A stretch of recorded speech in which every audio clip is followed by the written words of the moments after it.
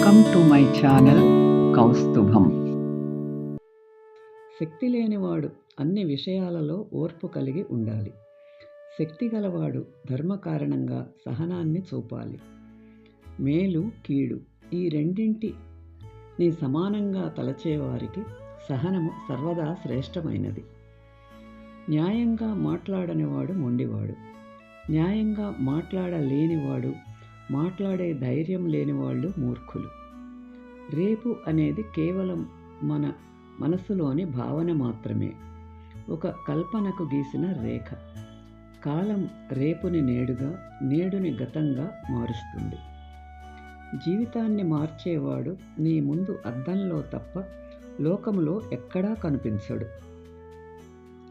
సమస్య ఎప్పుడూ నీ చుట్టూ కుంభవృష్టిలా కురవని. గొడుగనే ఆత్మవిశ్వాసాన్ని నీతో ఉంచుకో.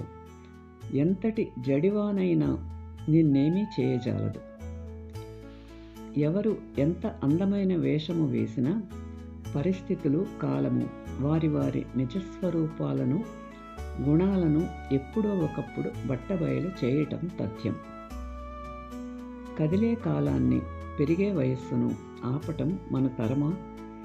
కాలాన్ని కాసుల వేటలో కరగనివ్వకండి. బాధ్యతల బరువుతో వయస్సును పెంచేసుకోకండి. ఆగని కాలాన్ని, అంతరించే జీవితాన్ని అనునిత్యం ఆనందంగా ఆశాంతం ఆస్వాదించండి. Thanks for watching. Like, share and subscribe my channel.